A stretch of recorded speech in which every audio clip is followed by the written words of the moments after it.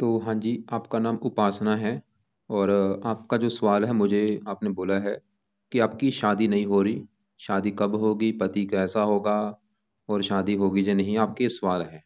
आप मतलब अपनी शादी को लेकर काफ़ी परेशान हैं और आपकी उम्र हो चुकी है, 30 साल के आसपास आपकी उम्र हो चुकी है। अब देखो जी, आपका ये जो शादी नहीं हो रही, ये मुझे आपकी कुंडली में कारण दिख चुका है कि कारण क्या है। पूरा आपको मैं विस्तार में अभी समझाऊंगा। तो सबसे पहले आप ये समझो कि जो कुंडली होती है, इसमें होते हैं टोटल 12 घर। और वो 12 घर मैं लिख देता हूँ, आप एक बार समझ लो। ये आपका है पहला घर, ये है दूसरा घर, तीसरा घर, चौथा, ये पांचवा घर है, छठा, सातवां घर, आठवां, ये आपका है नौवां घर, 10वां, 11वां और ये 12वां घर। अब ये जो मैंने 12 घर लिखे हैं, इन घरों से आपके जीवन के बारे में कुछ ना कुछ पता किया जाएगा। जैसे कि पहले घर से देखा जाएगा कि आपका शरीर कैसा होगा, हेल्थ कैसी, स्वभाव कैसा, रंग रूप कैसा, पर्सनैलिटी कैसी, सर कैसा, ये हम पहले घर से देखेंगे। दूसरा घर आपके है धन जोड़ने का। तीसरा घर छोटे भाई बहनों का है। चौथा घर आपकी माता, मकान और वाहन। पांचवा घर आपके बच्चों का है। छठा घर शत्रु, रोग, कर्जे का है। सातवां घर है आपके पति का घर, जो आपका सवाल है। आठवें घर से आपकी उम्र देखेंगे। नौवें घर से भाग्य आपका। 10वां घर काम काज का है। 11वां घर है लाभ, आमदनी, बड़े भाई बहन। और 12वें घर से खर्चे देखे जाते हैं। तो आपने देखो जी, जो भी आपने मेरी दो बातें नोट कर लो।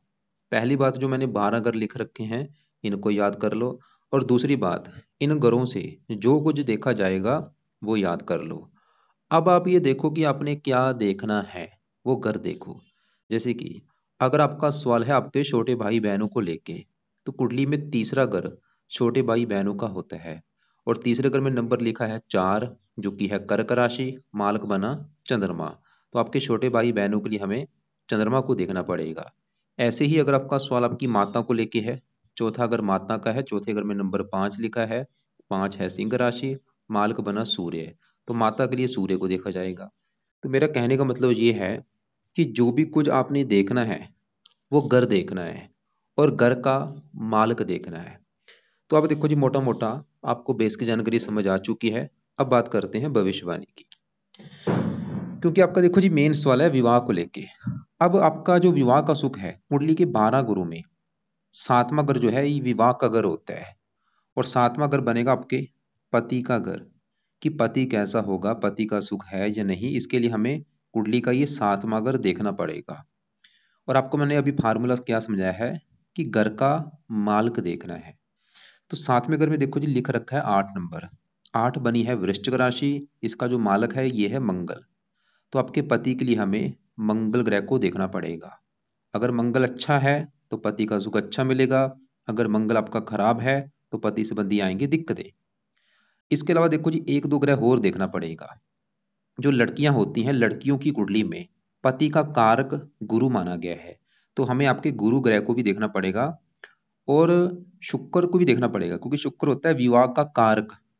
विवाह का सुख देखने के लिए शुक्र को भी देखा जाता है। तो टोटल कितने ग्रह हुए? 3 ग्रह हुए। तो 3 ग्रहों को देख के डिसाइड होगा आपके पति के बारे में, विवाह के बारे में। इसके अलावा नवांश कुंडली को भी देखा जाता है। तो आपकी मैं नवांश कुंडली को भी देखूंगा, उसकी मैं बाद में बात करता हूँ। तो सबसे पहले हम बात करते हैं सातवां घर, जो कि पति का घर है, सातवें घर के मालिक मंगल को। और मंगल की सबसे बड़ी भूमिका है आपकी कुंडली का सातवें घर का मालिक मंगल। अगर उसकी मैं बात करूं तो मंगल कहाँ बैठा है? कुंडली के 11वें घर में जाके। और 11वें घर में मंगल के साथ शनि बैठा है, केतु बैठा है। सवाल ये है कि मंगल अच्छा है या बुरा है, लेकिन उससे पहले समझ लो। देखो जी, मंगल आपका बैठा तो 11वें घर में है।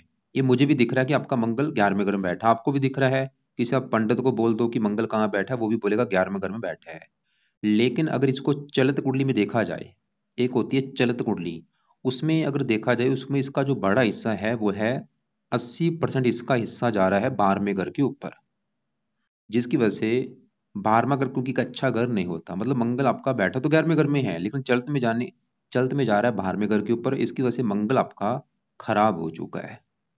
ये मतलब आपको बुरे फल देगा, क्योंकि 12वां घर अच्छा घर नहीं है। 12वें घर से क्या देखा जाता है? खर्चा, हानि, दान, दंड, हॉस्पिटल, पागलखाना, विदेश यात्रा, जेल यात्रा, ऐसी खराब चीजें 12वें घर से देखते हैं। तो मंगल एक तो आपका 12वें घर के ऊपर जा रहा है, ऊपर से वो अस्त भी बैठा है, जो कि अच्छी बात नहीं है। और साथ में इसके शनि और केतु बैठे हैं, पापी क्रूर ग्रह बैठे हैं। अब देखो जी मंगल, क्योंकि आपके जिस घर का मालक है उस घर को लेके आपको दिक्कतें पैदा करेगा। तो मंगल इस घर का मालक है, सातवें घर का, पति घर का। बड़ा हिस्सा 12वें घर के ऊपर जाने की वजह से विवाह भंग योग बनेगा, क्योंकि सातवें घर को पहला घर माने, 1 2 3 4 5 6, अपने घर से छठे घर के ऊपर जाएगा। और 12वां घर किसका होता है? हानि का होता है। मंगल की वजह से बना है विवाह भंग योग। मंगल ये दिखा रहा है कि आपको विवाह संबंधी आएंगी दिक्कतें। वो दिक्कतें क्या आएंगी? दिक्कतें आपको दो प्रकार की आएंगी। एक तो आपका विवाह देरी से होगा मंगल की वजह से, क्योंकि विवाह भंग योग बना है। दूसरा, अगर आपका विवाह हो गया तो आपकी पति से लड़ाई झगड़े भी होंगे, पति से मनमुटाव भी होगा। और मंगल देखो जी 12वें घर के ऊपर जाने की वजह से कुंडली आपकी मंगली की भी बन चुकी है, मंगल दोष भी बन चुका है।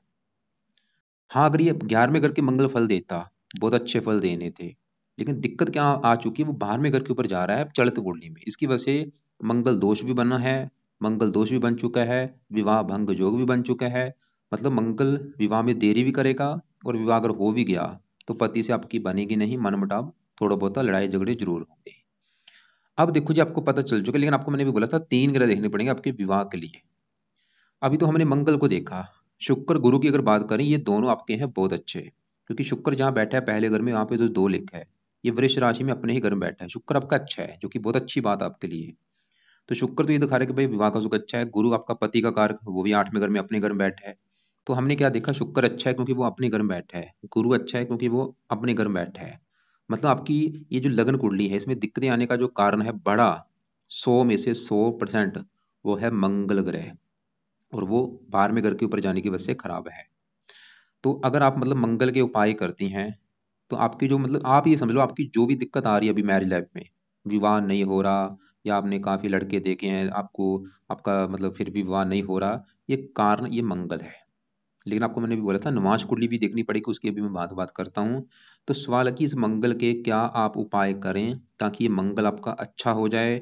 और अगर आप मंगल के उपाय देखो जी करेंगी, तो उसकी वजह से क्या होगा? मंगल अच्छा तो होगा ही, इससे आपको पति भी अच्छा मिलेगा, और पति से आपकी आगे जाके लड़ाई झगड़े भी नहीं होंगे। तो क्या क्या उपाय हैं? पहला उपाय, आपको कुछ उपाय करने पड़ेंगे, जिसमें से पहला उपाय है, आप मंगल के मंत्र हैं 10,000, ये एक बार पूरे करो संकल्प लेके। और ये मंत्र आपने स्टार्ट करने हैं मंगलवार के दिन। संकल्प लेना है, जो भी मंगलवार आएगा मंगलवार की वेट कर लो। मंगलवार को सुबह के टाइम संकल्प लेना। कैसे संकल्प लेना है वो आपको मैं वीडियो लग से भेज दूंगा, फिर भी मैं थोड़ा सा बता देता हूँ। तो मंगलवार सुबह के टाइम आप ये बोलना कि हे मंगल देवता जी, मेरा नाम उपासना है, मेरी जात ये है, गोत ये है, आप मेरी कुंडली के विवाह के घर के मालक बने हैं, और मेरा अभी तक विवाह नहीं हो रहा।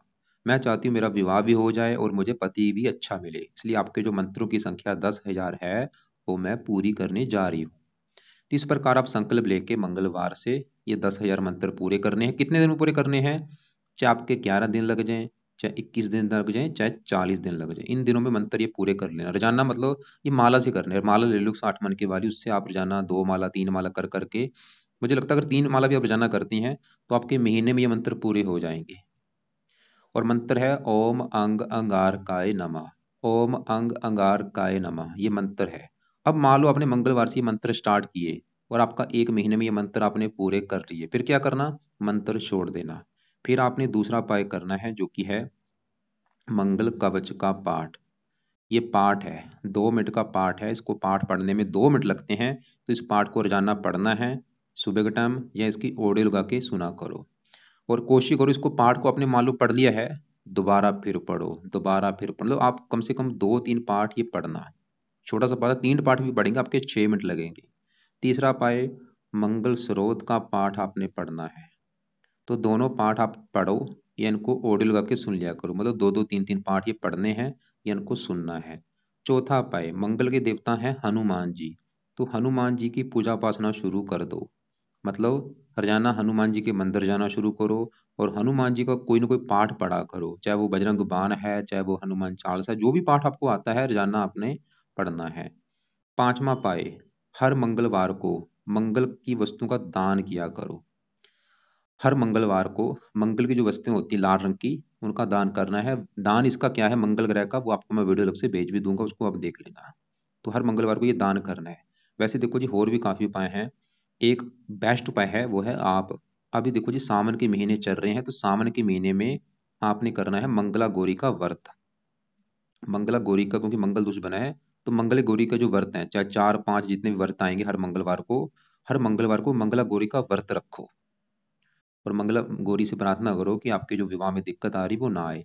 अब जब आपका सावन का महीना खत्म हो गया, फिर क्या करना, फिर आपने मंगल देवता का व्रत रखना है। ये जो मंगल क्या है, देवता है एक, और इस मंगल देवता का दिन कौन सा है, मंगलवार। फिर आप क्या करना, पहले अभी मंगला गौरी का व्रत रखो हर मंगलवार को, उसके बाद हर मंगलवार को मंगल देवता का व्रत रखना है।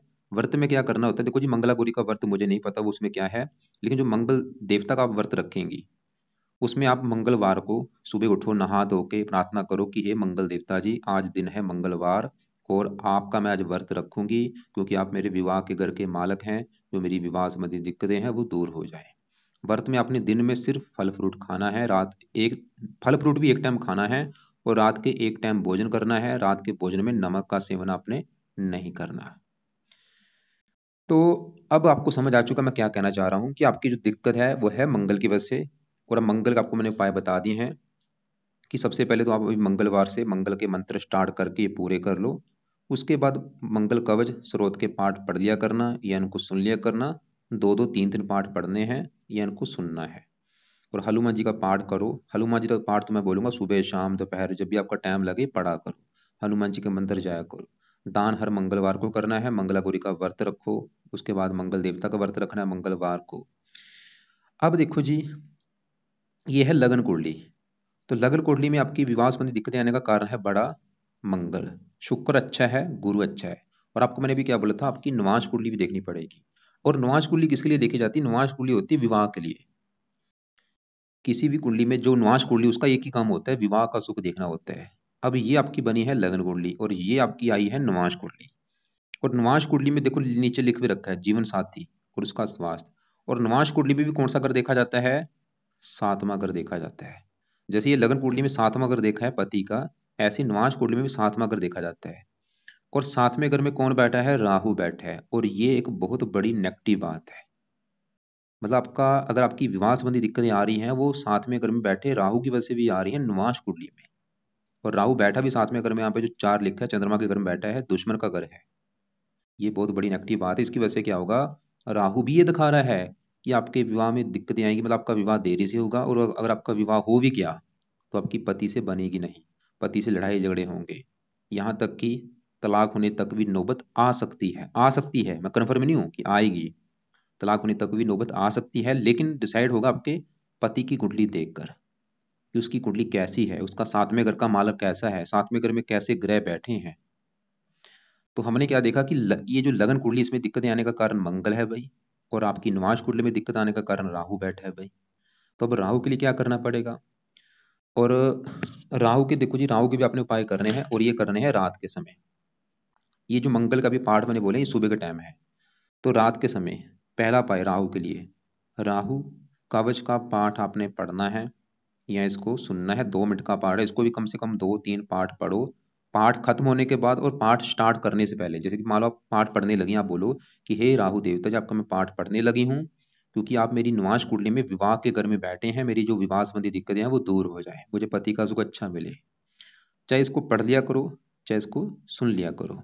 दूसरा पाए, राहु स्रोत का भी पाठ आपने पढ़ना है, तो दोनों पाठ पढ़ो चाहे सुनो। तीसरा पाए राहु के लिए, राहु का दान आपने करना है।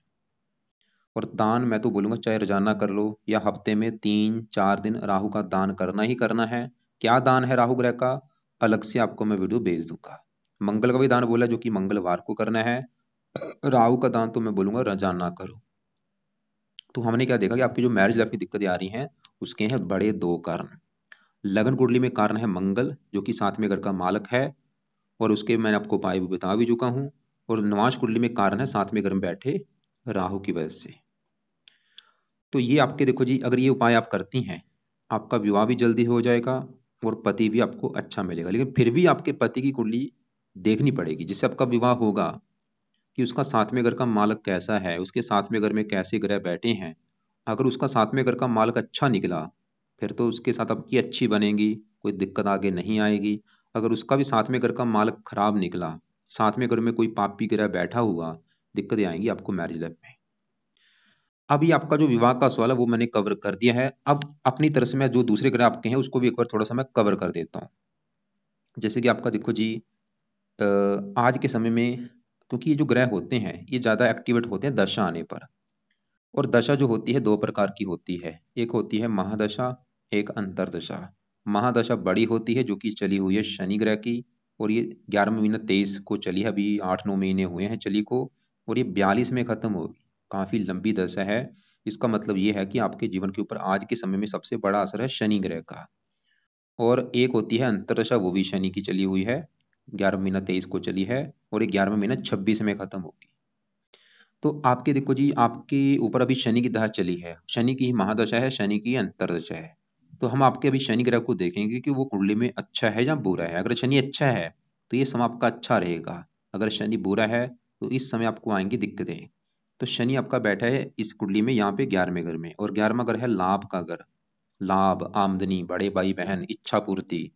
सिंपल सी बात यह है कि शनि अच्छे या बुरा है, भाई शनि आपको देगा तकरीबन अच्छे फल ही। थोड़ा बहुत तो बुरा फल देगा लेकिन अच्छे फल देगा। क्या अच्छे फल देगा? ये जो 9 ग्रह देखो जी होते हैं, किसी न किसी घर के मालक होते हैं।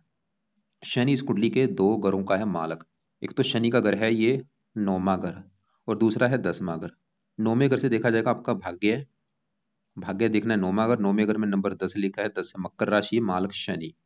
तो भाग्य देखा जाएगा शनि से, जो कि बैठा है 11वें घर में। लाभ, आमदनी, मतलब शनि की दशा में भी आपका भाग्य साथ देगा, आपकी आमदनी बढ़ेगी, आपको धन लाभ देगा, आपकी इच्छाएं पूरी कर देगा। और शनि इस 10वें घर का भी मालक है, क्योंकि 10वें घर में नंबर जो 11 लिखा, 11 है, कुंभ राशि, मालक शनि। 10वां घर काम काज का है, ये शनि आपको काम काज का सुख अच्छा देगा अपनी दशा में। पिता का घर है, पिता का सुख अच्छा, सरकार का सुख अच्छा, मान प्रतिष्ठा अच्छी। मतलब इस शनि की दशा में जो आपको अच्छे फल मिलेंगे, काम काज के लिए बहुत अच्छा है, भाग्य के लिए अच्छा है, आपकी आमदनी बढ़ेगी, लाभ होगा, इच्छाएं पूरी कर देगा, प्रॉफिट देगा, ऐसे कई प्रकार के अच्छे फल देगा। एक आपके ऊपर देखो जी, शनि की साढ़े भी चली हुई है। और साढ़े जो होती है ये थोड़ा सा लाइफ में दिक्कतें पैदा करती है, दिक्कतें, परेशानियां, रुकावटें, शगल, चिंता, भाग दौड़, इन चीजों का सामना करना पड़ता है जब भी साढ़े आती है। और ये आपकी चली हुई है पिछले 3.5 साल हो चुके हैं। 3.5 साल से आपके ऊपर चल रही है साढ़े 3 साल से ऊपर ही हो चुका है, 3.5-4 साल हो चुके हैं। तो अब देखो जी, साढ़े किसकी है? वो भी शनि की है। मतलब अगर आप शनि के एक दो उपाय करती हैं, फायदे क्या होंगे? शनि के उपाय करने सबसे बड़ा फायदा ये होगा कि साढ़े का बुरा फल आपको नहीं मिलेगा, क्योंकि साढ़े अभी भी आपकी 4 साल की पड़ी है। क्योंकि अगर आपका विवाह नहीं हो रहा, कई थोड़ा बहुत कारण ये साढ़े भी है, क्योंकि साढ़े में काम आसानी से बनते नहीं। तो शनि के उपाय करने से साढ़े का कष्ट आपको नहीं मिलेगा। और शनि के उपाय करने से जो शनि की आपकी बड़ी महादशा चली है, ये आपकी और अच्छी जाएगी। और इसका भी जो थोड़ा बहुत बुरा फल अगर कोई होगा वो भी आपको नहीं मिलेगा। तो क्या उपाय है शनि के? सवाल ये है। तो शनि के लिए रात के समय आप शनि चालीसा का पाठ पढ़ लिया करो, या इसकी ऑडियो लगा के सुन लिया करो। रात के समय कम से कम एक पाठ जरूर पढ़ना है। दूसरा उपाय, शनि मंदिर में माथा टेकने जरूर जाओ। हर शनिवार को नियम बना लो कि शनि मंदिर में जाना है, माथा टेक के आना है। अगर घर के आसपास शनि मंदिर है, रोजाना जाओ, दूर है तो शनिवार को जरूर जाना है। और वहां पे बोलना जाके कि हे शनि देवता जी, आपके मैं मंदिर इसलिए आई हूँ क्योंकि आपकी चल रही है मेरे ऊपर बड़ी महादशा, और आप ही की चल रही है साढ़े। मैं चाहती हूँ आपकी दशा अच्छी जाए, साढ़े का बुरा फल मुझे ना मिले। और आप अपनी जो दिक्कत है वो बोलो कि मेरा जो विवाह में देरी हो रही वो ना हो, मेरा विवाह हो जाए। अब देखो जी, आपके यहाँ पे पहले घर में शुक्र की बात करते हैं, जो कि बहुत मुझे अच्छा लगा है।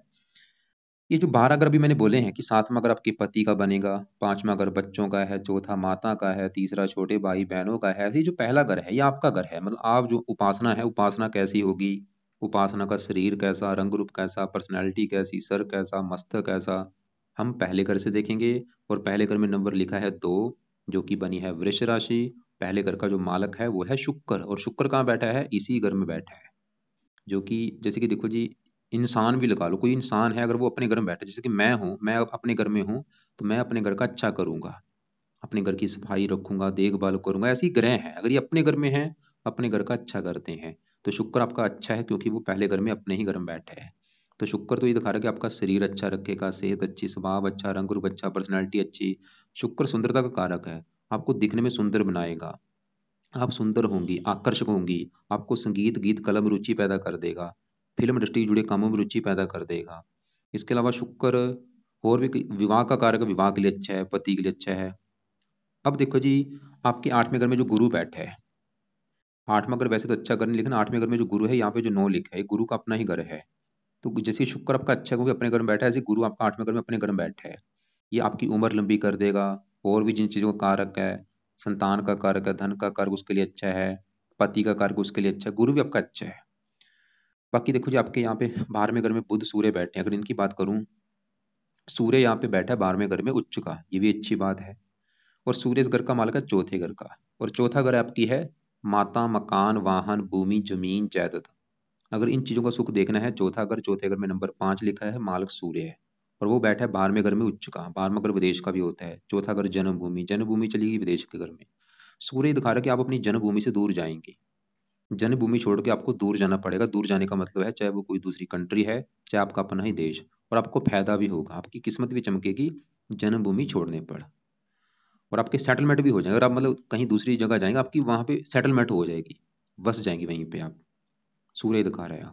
और आपके मकान वाहन के ऊपर आपका खर्चा भी बहुत ज्यादा होगा। जो आपकी माता है, मकान वाहन, इनके ऊपर आपका खर्चा होता रहेगा ज्यादा। और 12वें घर में जो बुध बैठा है, बुध इस घर का मालिक है दूसरे घर का, जो कि आपका है धन जोड़ने का घर। कि कितना धन जोड़ेंगे, दूसरा घर, दूसरे घर में नंबर 3 लिखा है, मालिक बुध। तो धन जोड़ने के लिए बुध को देखा जाएगा, जो कि बैठा है 12वें घर में खर्च के घर में। बुध आपका धन खर्च कराता रहेगा। बुध ये दिखा रहा है कि आपका धन जोड़ने में दिक्कत आएगी, धन खर्च होता रहेगा। और ये 12वां घर विदेश का बुध ये भी दिखा रहा है कि आपको यहाँ कोई विदेशी व्यापार करती है, जब विदेश जाती वहां से भी आपको धन आएगा। और बुध 5वें घर का मालिक है संतान के घर का। ये थोड़ी सी आपको संतान संबंधी भी चिंता पैदा करेगा बुध। आपके संतान को लेकर कोई चिंता पैदा हो सकती है। अब 5वें घर में जो राहु बैठा है 5वें घर में, लेकिन बड़ा हिस्सा इसका जा रहा है चलित कुंडली में छठे घर के ऊपर। ये एक अच्छी बात है क्योंकि छठे घर में राहु अच्छे फल देगा। अगर ये 5वें घर के फल देता, इसके इसने आपको संतान संबंधी दिक्कतें पैदा करनी थी, लेकिन छठे घर के ऊपर जाने की वजह से ये आपको फिर भी अच्छे फल देगा। और बाकी आपके 11वें घर में जो केतु है, ये 12वें घर के ऊपर है। मंगल की बात हम कर चुके हैं। 10वें घर में चंद्रमा, ये थोड़ा सा काम काज में दिक्कतें पैदा करेगा, क्योंकि शनि की राशि है शत्रु राशि, और 10वां घर काम काज का है। आपने देखो जी काम और करना है, क्योंकि आपने शिव जी की पूजा उपासना भी जरूर करनी है। उसका फायदा ये होगा, क्योंकि जो राहु है ये शिव जी का भक्त है। शिव जी की पूजा उपासना से आपका राहु भी अच्छा होगा, और शिव जी की पूजा उपासना से आपका ये चंद्रमा भी आपको काम काज में दिक्कतें पैदा नहीं करेगा। तो शिव जी की पूजा उपासना का मतलब ये है कि शिव जी के मंत्र भी आप जाया करो। और शिव जी का जो मंत्र है ओम नमः शिवाय, वो जाप आप किया करो। तो ये आपकी देखो जी कुंडली का फलादेश जो आपका, क्योंकि आपने जो मेन सवाल लिख के भेजे हैं विवाह के बारे में, तो विवाह संबंधी दिक्कतें आने के मैं आपको बता चुका हूँ। 2 कारण हैं। बड़ा कारण है मंगल, दूसरा कारण है नवाश में 7वें घर में राहु का बैठना। तो दोनों के आपको मैंने उपाय बता दिए हैं। इसके अलावा आपको क्योंकि शनि की बड़ी महादशा है, शनि की 7.5 है, उसके लिए मैंने शनि चालीसा पढ़ने के लिए बोला है, शनि मंदिर जाने के लिए बोला है। और इसके अलावा मैंने शिव जी की पूजा उपासना बोली है। वो आप जब भी आपका टाइम लगे शिव जी के मंदिर जाओ, पूजा उपासना किया करो।